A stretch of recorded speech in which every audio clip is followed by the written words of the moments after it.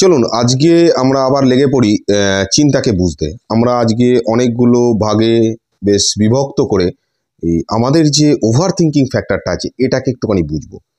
দেখুন, ধরে নিন কোনো একটা রাস্তা দিয়ে আপনি কখনো যাচ্ছেন এবং সেক্ষেত্রে দেখা গেল যে কোনো একটি কুকুর, বিশেষ করে আমরা ধরে নিই যে কুকুরটির রং কালো, ব্ল্যাক ডগ, একটা কালো রঙের কুকুর আপনাকে তাড়া করেছে এবং আপনি দৌড়েছেন, পালিয়েছেন এবং জানে বেঁচেছেন, আপনাকে কামড়াতে পারেনি। কিন্তু এই ঘটনা আপনার মস্তিষ্ক কিন্তু মনে রেখে দেবে, অর্থাৎ এই কালো কুকুরের যে বিষয়টা আছে এটা মস্তিষ্ক মনে রেখে দেবে, কারণ তার রংটা ছিল কালো, এটা আপনার মাথাতে থাকবে। এবার ভবিষ্যতে আপনি সেই রাস্তা দিয়ে যদি যান আর সেই কুকুরকে যদি দেখেন তাহলে কিন্তু আপনার আতঙ্ক লাগবে। অর্থাৎ আমাদের মস্তিষ্ক এই বিষয়গুলোকে ভোলে না। কোনগুলোকে ভোলে না? অর্থাৎ আমাদের মস্তিষ্ক এটা ভোলে না, যদি কোনো ডেঞ্জারাস বিষয় হয় তাহলে মস্তিষ্ক সেটা মনে রাখবে। কেন মনে রাখবে এটা জানার দরকার। দেখুন, কোনো একটা ইভেন্ট, কোনো একটা ঘটনাটার আপনার যদি অতীতের ঘটে, সেই ঘটনাটার থেকে যে এক্সপিরিয়েন্স আপনি গ্যাদার করেছেন, অভিজ্ঞতা, সেটা কিন্তু আপনার মনে রাখবে মস্তিষ্ক, কারণ যাতে আপনি বর্তমানে সেটা ব্যবহার করতে পারেন। এবং অতীতের বিষয় নিয়ে যদি আমি টেনশান করি, চিন্তা করি, তাহলে বেশিরভাগ ক্ষেত্রে দেখা যায় যে আমরা হতাশাগ্রস্ত হয়ে পড়ি।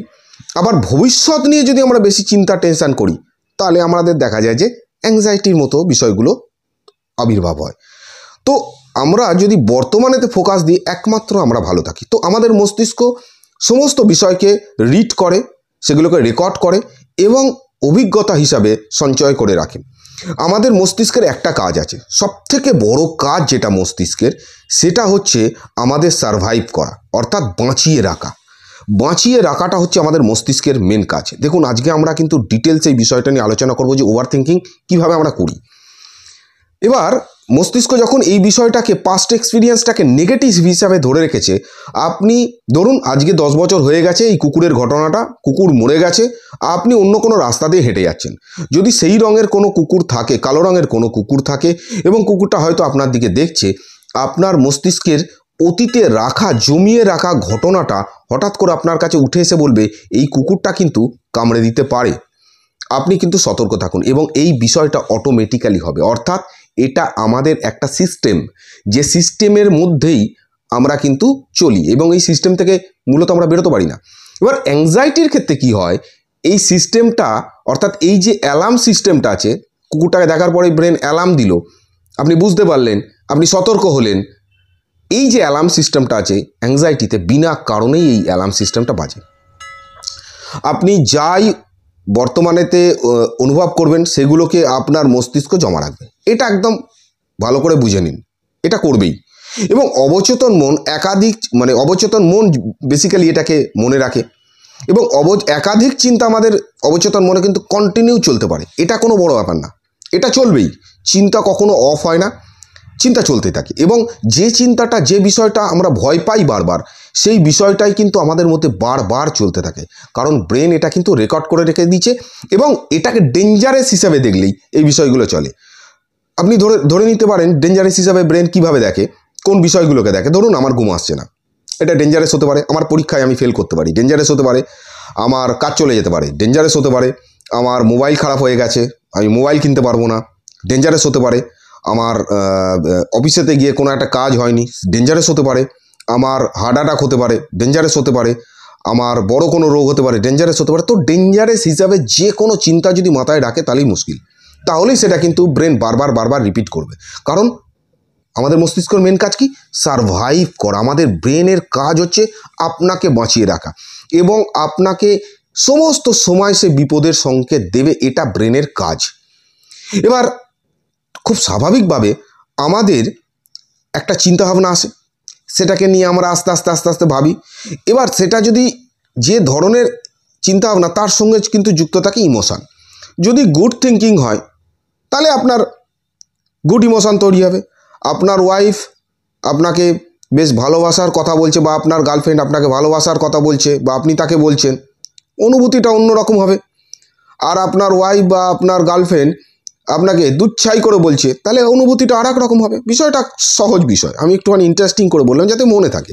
তাহলে ইমোশান আমাদের যেরম ধরনের থট আসবে বা চলছে মস্তিষ্কতে তার উপরে ডিপেন্ড করবে। নেগেটিভ যদি চিন্তা আসে তাহলে ইমোশন নেগেটিভ হবে, দুঃখ লাগবে, কষ্ট লাগবে, বেদনা লাগবে, ভয় লাগবে। আর পজিটিভ যদি ইমোশন থাকে আপনি তাহলে ভালো থাকবেন। এবার আমরা চিন্তা পরিবর্তন করি কিন্তু অ্যাকশান নিই না, অর্থাৎ ভালো থাকার জন্য যে অ্যাকশানগুলো সেগুলোকে নিই না, যার ফলে প্রবলেম হয়। ইমোশনের সাথে সাথে যুক্ত থাকে বিহেভিয়ার, অর্থাৎ আপনার ইমোশন যদি চেঞ্জ হয় আপনার বিহেভিয়ার চেঞ্জ হয়ে যাবে। হাসির কথা যখন হয় আমার কি হয়, 32 পাটি দাঁত বেরিয়ে যায়। আর যখন দুঃখের কথা হয় তখন আমাদের চোখ দিয়ে জল পড়ে, কষ্ট লাগে, খারাপ লাগে, আমরা খিটখিটে হয়ে যাই। তাহলে তার রেজাল্ট একটা অবশ্যই পাবেন। তাহলে বিহেভিয়ার চেঞ্জ হচ্ছে, ইমোশনের ফলে কি হচ্ছে, বিহেভিয়ার তৈরি হচ্ছে, তার একটা রেজাল্ট আসছে। এবং রেজাল্টটা কিন্তু বেসিক্যালি আশপাশের লোকজন বুঝতে পারে যে আমার মধ্যে কি চলছে। যদি কেউ মন দুঃখ করে বসে থাকে তাহলে নিশ্চয়ই আপনি তাকে দেখে বলবেন যে কিরে ভাই কি হয়েছে। আবার যদি খুব হাসে, কিরে কি হয়েছে, কি ঘটেছে, তো আপনাকে দেখে কিন্তু বোঝা যায়। তাহলে মেন ফ্যাক্টর কি, আমাদের চিন্তা আসার সাথে সাথে বেশ কিছু ইমোশনাল চেঞ্জগুলো হয়। এবং এই যে ওভার থিঙ্কিংয়ের যে প্যাটার্নটা চলে, যে চক্রটা চলে, এই চক্রটাকে আমরা দেখবো আজকে যে কীভাবে কন্টিনিউ একটার পর একটা চিন্তা ভাঙতে থাকে এবং ক্রমাগত বাড়তে থাকে। চক্রটাকে না জানলে চক্রটাকে আমরা ব্রেক করতে পারবো না। এবং আমি আশা করব যে আপনাদের যদি কোনো রকম মানসিক সমস্যা থাকে প্লিজ আপনারা আপনাদের কাছাকাছি দেখাবেন, যে কোনো কাছাকাছি সরকারি হসপিটালে দেখাবেন। সেখানেতে আপনারা মনোরোগ বিভাগে দেখালে ফ্রিতে চিকিৎসা পাবেন, যদি সেটা সরকারি হসপিটাল হয় খুব ভালো চিকিৎসা পাবেন, কাউন্সেলিং পাবেন। তো আশা করি সেটা করবেন। এবং বর্তমানে আমি কাউন্সেলিং আপাতত এখন আর করি না। তো যাই হোক, আমরা এই জায়গাটাতে আসি যে ধরুন একটা 25 বছরের একটি ছেলে, যুবক, তো তার পাস্ট এক্সপিরিয়েন্স কি, সে পাস্ট এক্সপিরিয়েন্সে দেখেছে তার বাড়ির পাশে কোনো একজন ভদ্রলোক যে হার্ট অ্যাটাকে মারা গেছে। এবং হার্ট অ্যাটাক হওয়ার সময় তার কী হয়েছিল না হয়েছিল সব সে দেখেছে, অথবা আপনি শুনতেও পারেন, আপনার ব্রেনেতে জমা হয়ে গেছে। তাহলে নলেজ হার্ট অ্যাটাকের ব্যাপারেতে আছে, ইনফরমেশান আছে। এবার এই বিষয়গুলো সে নিজের সাথে ধীরে ধীরে মেলাতে চেষ্টা করছে, ধীরে ধীরে মেলাচ্ছে, ছোট ছোট বিষয় নিয়ে সে মেলাবার চেষ্টা করছে এবং ডেঞ্জার সিগন্যাল দেওয়া শুরু করছে যে আমারও তো হার্ট অ্যাটাক হতে পারে। এই যে ডেঞ্জার সিগন্যাল দেওয়া করছে, একই কথা যখন বারবার বলতে থাকছে, তখন মস্তিষ্ক কোনো একটা জায়গা থেকে ডাউট ফিলিং তৈরি করছে যে ভাই হয়ে যদি যায়। এবার মস্তিষ্কের মেন কাজ কি, আপনাকে সারভাইভ করা, বাঁচিয়ে রাখা, এটা হচ্ছে প্রাথমিক কাজ। এবং যা আপনি কোশ্চেন দেবেন তার অ্যান্সার দেবে মস্তিষ্ক, এই হচ্ছে মেন কাজ। আপনি যদি কোনো ডেঞ্জারাস কোনো বার্তা দেন মস্তিষ্ক তার উত্তর খোঁজার চেষ্টা করবে, কিন্তু যদি সেটা মিথ্যা চিন্তা হয় উত্তর পাবে না। তো প্রথমে তার চিন্তা আসছে, আসার পরে সে লক্ষ্য রাখা শুরু করছে যে কী ধরনের চিন্তা আসছে। বারবার চিন্তা আসছে, ভয় তৈরি হচ্ছে, টেনশন তৈরি হচ্ছে, তার মাথার মধ্যে অনেক প্রশ্ন তৈরি হচ্ছে। এবার প্রশ্ন তৈরি হলে আমি কি বললাম, প্রাথমিক কাজ কিন্তু অ্যান্সার দেওয়া। প্রশ্ন যখনই তৈরি হচ্ছে তার মস্তিষ্ক কিন্তু অ্যান্সার খোঁজার চেষ্টা করছে, উত্তর খোঁজার চেষ্টা করছে। আর কি হচ্ছে, ভয় তৈরি হচ্ছে। এবার শুধু কি ভয় তৈরি হচ্ছে না, ভয় শুধু তো তৈরি হচ্ছে না, ভয়ের সাথে সাথে শারীরিক কিছু সিমটমস দেখা দিচ্ছে, এটাও স্বাভাবিক। এবার এই যে অনুভূতি তৈরি হচ্ছে, অনুভূতি আসা শুরু হচ্ছে, তার হার্টবিট বাড়ছে, তার মনে আবার প্রশ্ন আসছে যে ভাই হার্টবিটটা বাড়ছে কেন, নিঃশ্বাসটা জোরে চলছে কেন, তার ভয় আরও বাড়ছে। এবার সে হার্টবিট কমানোর চেষ্টা করছে, কিন্তু হার্টবিট তো কমাতে পারি না আমরা, ভয় আরও বাড়ছে। এবার মাথায় চিন্তা আসছে যে আমার এই হার্ট অ্যাটাকের লক্ষণ আসলো না তোরে, চিন্তা এসে গেছে। খুব স্বাভাবিকভাবে মস্তিষ্ক তো উত্তর খুঁজে বেড়াচ্ছে, কিন্তু তার এটা টেনশানের জন্য হচ্ছে, ডাক্তার দেখিয়েছে কিন্তু সেগুলো সে পরোয়া করছে না। এবার তার মাথায় চিন্তা আসলো যে কি হতে চলেছে, আমার কি বিপি বাড়ছে না তো, বিপি বেড়ে গেল না তো। বিপি মাপলো, বিপি মাপার সাথে সাথে দেখা গেল যে হ্যাঁ বিপি বেড়েছে। এবার বলে এই তো বিপি বেড়েছে, হার্ট অ্যাটাক হয়ে যাবে না তো। কিন্তু বিপি তার বেড়েছে কী জন্য, টেনশান করার জন্য। তার ইসিজি ইকো সব নর্মাল, কিন্তু বিপিটা বাড়লো কী জন্য, টেনশান করার জন্য। কিন্তু তার মাথায় কী চলছে, হার্ট অ্যাটাক হয়ে যাবে না তো। বিপি আরও বাড়লো, যত বিপি বাড়লো ভয় বাড়ছে। দেখুন ভয় কিন্তু কোনো জায়গায় কমছে না, যত যত আমরা এগুলোকে চিন্তাভাবনাগুলো বাড়ছে ভয় কিন্তু বাড়ছে, এবং চক্রটা কিন্তু শুরু হয়ে গেছে। সে কিন্তু আর কমাতে পারছে না, এবং যত কমানোর চেষ্টা করছে কমছে না, কারণ সে চিন্তা করছে কিন্তু কোনো অ্যাক্টিভিটি করছে না। এখন সেই মানুষটা যার ভয় লাগছে, যার এই ধরনের সমস্যা হচ্ছে, সে জানে যে আমার অ্যাংজাইটি আছে, আমি ভুলভাল চিন্তা করছি, সে যদি উঠে একটু বন্ধুবান্ধবের সঙ্গে কথা বলে, গল্প করে, বাইরে থেকে ঘুরে আসে, অটোমেটিক্যালি সে কিন্তু নর্মাল হয়ে যায়, কিন্তু সেটা সে করে না। যাই হোক, ডাক্তারের কাছে গেল, আবার টেস্ট সে করলো, নর্মাল হলো, দেখা গেল যে টেনশন চিন্তা কমে গেছে, কিন্তু ভেতর ভেতর ভয় কিন্তু চলছে। ভয় খানিকটা কমেছে কিন্তু বন্ধ হয়নি, চলছে। টেনশানও চলছে, মাঝে মাঝে দেখা যাবে যে ভয়টা আবার আসছে, সিমটমস আসছে, আবার মাথায় প্রশ্ন আসতে শুরু করলো, কী রে বাবা, এই তো সব দেখলাম ঠিক, আবার এই কোথা থেকে এলো? এবার নিউ কিছু সিমটমস আসা শুরু হলো, হাত পা ঝিনঝিন করছে, এই হচ্ছে তাই হচ্ছে, একাধিক রোগের ভয় শুরু হলো। ডাক্তার যেগুলো চিন্তা করছে সেগুলো ঠিকঠাক নয়, আমরা সেই চিন্তার সঙ্গে লড়াই করা শুরু করেছি। আপনি যদি এই পুরো বিষয়টাকে ভালো করে দেখেন, শোনেন, তাহলে এখানে একটাই বিষয় দেখুন, শুধুমাত্র আমরা চিন্তা দিয়ে সমস্যাকে কমানোর চেষ্টা করছি। কাকে? যে চিন্তা আসাকে বন্ধ করছি কি করে? চিন্তা করে। চিন্তা আসাকে অফ করতে চাইছি আমরা কি করে? ডেঞ্জারাস যে চিন্তাগুলো আসছে, ভয়গুলো আসছে, এগুলো তো আমার চিন্তা। এই চিন্তাগুলোকে বন্ধ করার চেষ্টা করছি কিভাবে? চিন্তা করে। তাহলে আপনি চিন্তা করে চিন্তাকে কমানোর চেষ্টা করছেন, ব্যাপারটা হাস্যকর হলো না? তাহলে এখানে মিস্টেক হচ্ছে। এবার দেখুন যে যখন তার প্রবলেম হবে, সে চারিদিকের সমস্যাগুলোকে মেলাতে শুরু করবে, ঠিক চুম্বকের মতো। শ্বাস নিতে অসুবিধা হচ্ছে, লক্ষ্য রাখছে, হজমের সমস্যা হচ্ছে, লক্ষ্য রাখছে, বুক চাপ হয়ে গেছে, লক্ষ্য রাখছে, মাথা ব্যথা হচ্ছে, লক্ষ্য রাখছে, দুর্বলতা হচ্ছে, একাধিক সমস্যা হচ্ছে। কেন হচ্ছে? বারবার মাথায় প্রশ্ন আসছে, মস্তিষ্ক কী করছে? আবার উত্তর খোঁজার চেষ্টা করছে, একাধিক সন্দেহ তৈরি হচ্ছে। এবার তার ফাইন্ডিং করা শুরু করছে, কোথায় শুরু করছে? গুগলে, দুনিয়া রিসার্চে করে ফেলবে, সোশ্যাল মিডিয়ায় মানুষের মুখে বিভিন্ন কথা শুনতে শুরু করছে। এতে কি টেনশন কমবে না বাড়বে? বাড়বে। আমরা জানবো কি করতে হবে এবং কি কি করতে হবে, কিন্তু আগের দিনকে আমি বেশ কয়েকটা ভিডিও দিয়েছি, পরপর সেগুলো কিন্তু ডিসকাস করেছি ইন ডিটেলসে। 3টে স্লাইড শোর মাধ্যমে কিন্তু ডিসকাস করেছি লাস্ট 3 সপ্তাহে। এর আগের ঠিক 3টে ভিডিও, ওগুলো দেখবেন, সেখানে এক্সারসাইজও দেওয়া আছে, প্লিজ সেগুলো করবেন, নাহলে কিন্তু কাজ হবে না। আর 40 মিনিট বাবু হাঁটতে হবে, নাহলে কোনো কাজ হবে না, ফালতু বাড়িতে বসে থেকে লাভ নেই।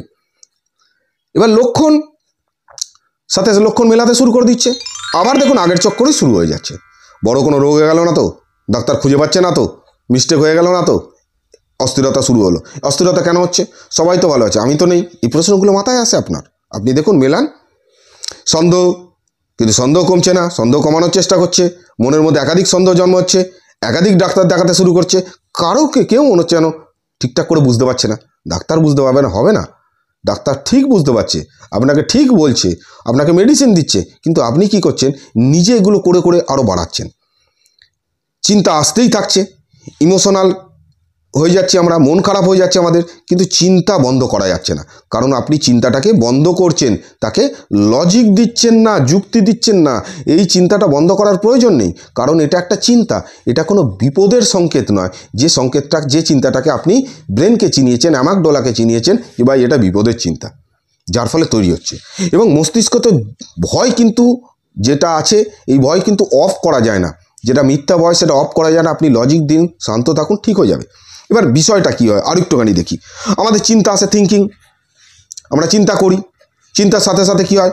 ফিলিং তৈরি হয়, আমাদের একটা অনুভূতি তৈরি হয়, ভয় তৈরি হয়, অস্থিরতা তৈরি হয়, মন খারাপ তৈরি হয়, আমাদের রেস্টলেস সিচুয়েশান তৈরি হয়, আমরা আনাগোনা হাঁটা চলা করি, আমরা শরীরকে নোটিশ রাখা শুরু করি, সিমটমসগুলোকে নোটিশ করা শুরু করি, আমাদের ইমোশনাল ব্রেকডাউন হয়ে যায়, আমাদের মুড অফ হয়ে যায়, এবং আমরা ভাবি যে আমি কী করব। এইখানে এসে আমরা আটকে যাই। কি করব? আপনাকে ডাক্তারবাবু যেমন বলেছে তেমনভাবে চলবেন, মেডিসিনটা খাবেন, এক্সারসাইজ করবেন, ঘুরবেন ফিরবেন, নিজের কাজে ব্যস্ত থাকবেন, এটাই করবেন। তারপরে মনের মধ্যে প্রশ্ন আসে, এটা করলেই তো ঠিক হবে তো, এটা করলেই তো ঠিক হবে তো। এই যে ডাউট, এই ডাউটটাকে ক্লিয়ার করতে হবে। আমার রাস্তা খুব ক্লিয়ার, আমাকে এক্সারসাইজ করতে হবে, মানুষের সাথে মিশতে হবে, ভয়গুলোকে লজিক দিতে হবে, চিন্তাগুলোকে লিখতে হবে, নেগেটিভ চিন্তাটাকে নোট ডাউন করতে হবে, সে তাকে আবার সুন্দর করে সাজিয়ে লজিক দিতে হবে, নিজের মনকে শান্ত করতে হবে, আমাকে শ্বাসের ব্যায়াম করতে হবে, পরিবারের সঙ্গে কথা বলতে হবে, মনে ডাউট আসলে তাকে গুরুত্ব দিলে হবে না, এবং সবথেকে বড় জিনিস হচ্ছে চ্যালেঞ্জ করতে হবে চিন্তাগুলোকে। দেখি কি হয়, অটোমেটিক্যালি আপনি আস্তে আস্তে আস্তে আস্তে রিল্যাক্স অনুভব করবেন।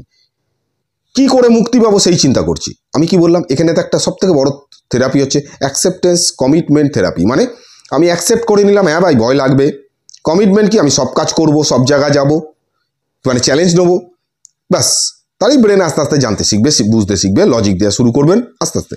তাহলে গ্রহণ করুন, লজিক দিন, কমিটমেন্ট অর্থাৎ চ্যালেঞ্জটা ঠিক রাখুন, এক্সারসাইজ করুন, কাউন্সিলিং, ডাক্তারবাবু যেভাবে বলছে ওষুধ খেতে সেইভাবে খান, আস্তে আস্তে নর্মাল জায়গায় চলে আসবে। আমার চিন্তা আসে কেন, এটা নিয়ে যদি আমি চিন্তা করি তাহলে চিন্তা বাড়বে না কমবে? আপনারা প্লিজ এটার উত্তর দেবেন, সবাই উত্তর দেবেন, বাড়বে না কমবে? এর পরের জায়গায় আসি, এর থেকে বেরোবার জন্য কি করা যায়? প্রথমত নলেজ। আপনার যে সমস্যাটা হচ্ছে তার নলেজ গেইন করুন, যেটা আপনি করছেন। এক্সপিরিয়েন্সটাকে লিখুন। আপনার 1000 দিন চিন্তা এসেছে, টেনশন এসেছে, ভয় লেগেছে, কি ঘটেছে, রেজাল্ট কি হয়েছে? রেজাল্ট কিছু হয়েছে কি? নো। মিসকনসেপশন যেগুলো আছে সেগুলোকে বিশ্বাস করবেন না। আপনার বিলিফ সিস্টেমটাকে ঠিক করুন। আর কনফিডেন্স, আপনার বিলিফ সিস্টেম যেই ঠিক হবে কনফিডেন্স বাড়বে। তাহলে ধাপে ধাপে আপনার ওল্ড চক্র একটা চলছে, নিউ চক্রটাকে, সার্কেলটাকে শুরু করতে হবে। অর্থাৎ আপনার ডেলি রুটিন যেগুলো আছে সেগুলোকে এভরিডে রান করতে হবে।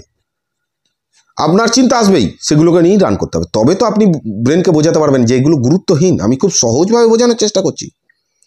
সাবকনসিয়াস মাইন্ডকে কনসিয়াস মাইন্ড দিয়ে ভাই বলতে হবে যে হ্যাঁ আমার ভয় লাগে, টেনশন লাগে, আমি ভয় পেয়ে যাই, কারণ হচ্ছে আমি ছোট একটা বিষয়কে অনেক বড় করে ভাবি। এটা আমার এক্সপিরিয়েন্স। এই এক্সপিরিয়েন্সগুলো লিখবেন।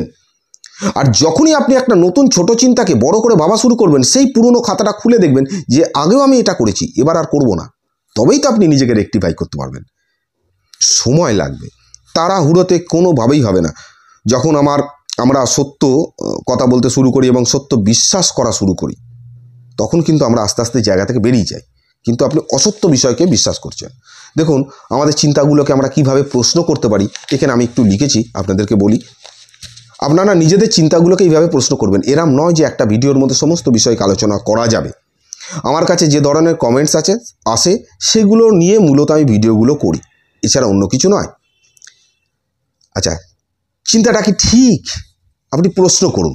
আচ্ছা, অনুমান নয় তো, আমাদের যে চিন্তাটা আছে এটা কি ঠিক নাকি অনুমান করছি আমি? একটু জিজ্ঞেস করুন। যদি অনুমান হয় তাহলে আপনি অনুমান করুন না। আপনি বড় একজন সায়েন্টিস্ট, আপনার কোটি টাকা আছে, দেখুন তো আসে কি না। তাহলে অনুমান করলে কোটি টাকা না যদি আসে তাহলে আপনার জান কি করে চলে যাবে অনুমান করে? হয় না। আচ্ছা, এটা তো চিন্তা, এটা তো একটা চিন্তা। চিন্তাটাকে আপনি বলছেন খারাপ চিন্তা, ভালো চিন্তা। আচ্ছা, এই চিন্তার কি ক্ষমতা আছে? আপনি নিজে একটু দেখুন।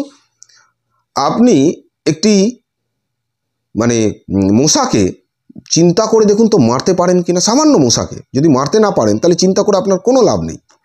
তাহলে চিন্তা যেটা আসে তাকে চিন্তা হিসাবে দেখতে শিখুন, যেটা আমার চিন্তা বলতে শিখুন। এবং এটা আমার ভয়ের চিন্তা, কারণ হচ্ছে আমি ভয় পেয়ে গেছি, টেনশান করেছি, আমার পুরোনো দিনের ভয়, সেগুলোই আসছে। চিন্তা আর বাস্তবকে আলাদা করতে শিখুন প্লিজ।